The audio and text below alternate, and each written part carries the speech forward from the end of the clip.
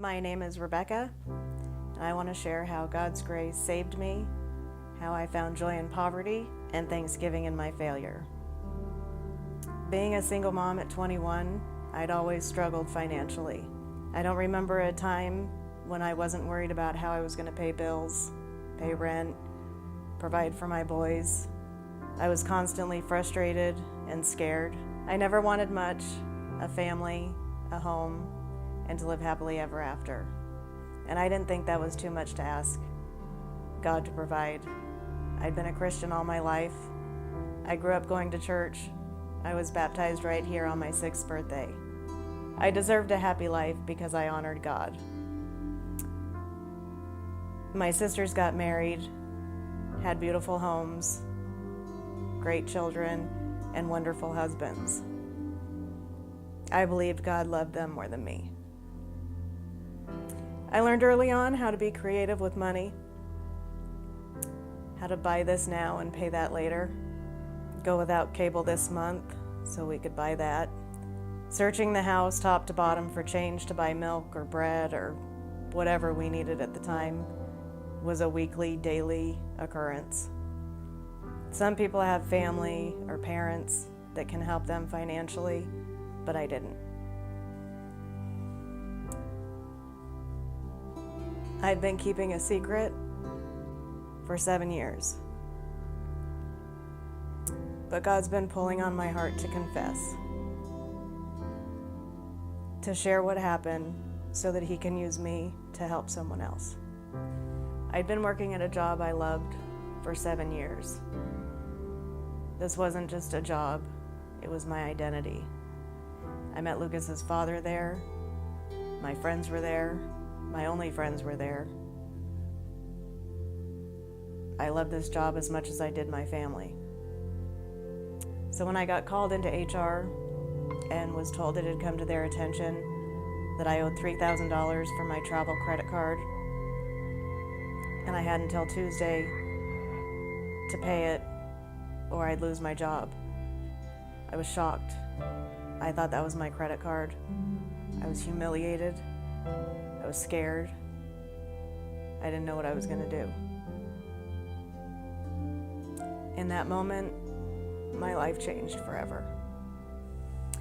So without going into detail, I was able to use another company credit card to pay the $3,000 I owed on the travel credit card. I told myself it was only going to be this one time, but it wasn't. Eventually I got caught. I pled guilty to felony grand theft and was sentenced to 6 months in jail. On January 1st, 2010, I was released from Santa Clara County Jail after serving a 6-month sentence for felony grand theft. 3 years into my 5 years probation, I hit the lowest point in my life. I spent 2 years in complete isolation. I sat in my room and prayed for God to change me. The song Create in Me a New Heart played over and over in my head. I've always wanted to be anyone but me.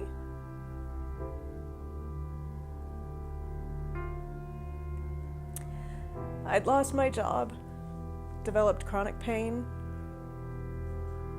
I could no longer deal with the shame and disappointment I brought on my family, the devastation I brought on my kids, and the hurt I caused people I cared about. The one thing that had always kept me going was knowing I was a good person, knowing that I helped people. But that was gone. I not only hurt and disappointed my family and people I cared about, I broke the law. I wasn't just a failure, I was a criminal. I wanted to die, and I knew if something didn't change, I would. I felt I had two choices. I could kill myself, or I could go to God. I couldn't put my boys through any more pain than I'd already caused them. So I knew I had to go to God. That wasn't easy. God had abandoned me. He hadn't saved me from owing thousands of dollars. He didn't give me any other options. He didn't stop me from using the company credit card. He knew I'd lose my job, and yet he let it happen. But I dragged myself to a women's Bible study one Wednesday night. As I walked in and saw women that I knew from when I was young, I was ashamed. As I was about to leave, Nancy McCain jumped up, threw her arms around me. I don't remember if it was something I said or the look on my face. But she said, "Girl, we're all broken here." And I knew that's where God wanted me to be.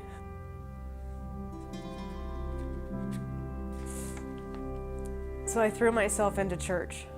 Wednesday night, Friday night, small group, Sunday. But I still felt awful. I prayed day and night. God, give me a new heart. I literally sat and waited for God to change me. Just as I was about to give up, I couldn't deal with it any longer. One Sunday morning, Matt read Psalms 51:10.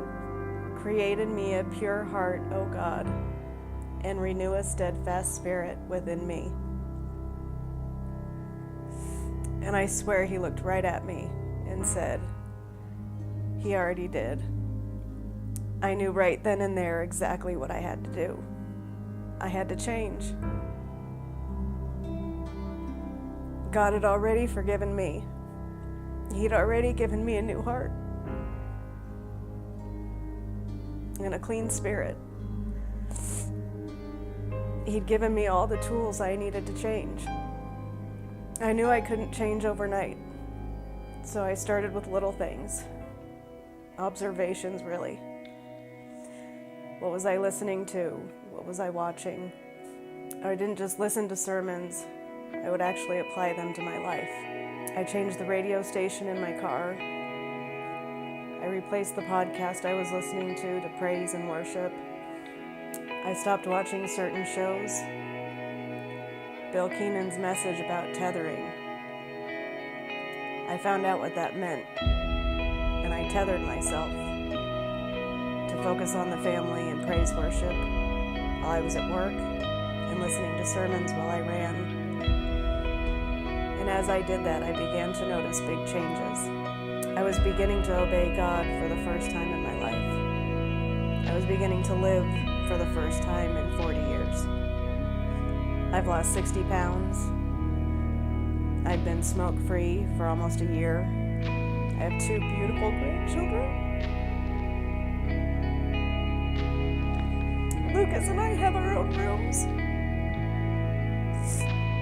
After sharing a room for 15 years, it's a big deal. I have a newer car, Lucas's successes and love for God, and so much more. The best part is it's just begun. I'm still dealing with shame, and I will have to live with the consequences of what I did for the rest of my life. But I'm no longer suffering. I'm here to tell you that God can turn your biggest failures into His greatest successes, if you let Him. I've found joy in God. I'm thankful in all things now. I'm thankful for my pain because it brings me closer to God. And when storms come, and let me tell you, they do, I get excited because I get to watch God do amazing things.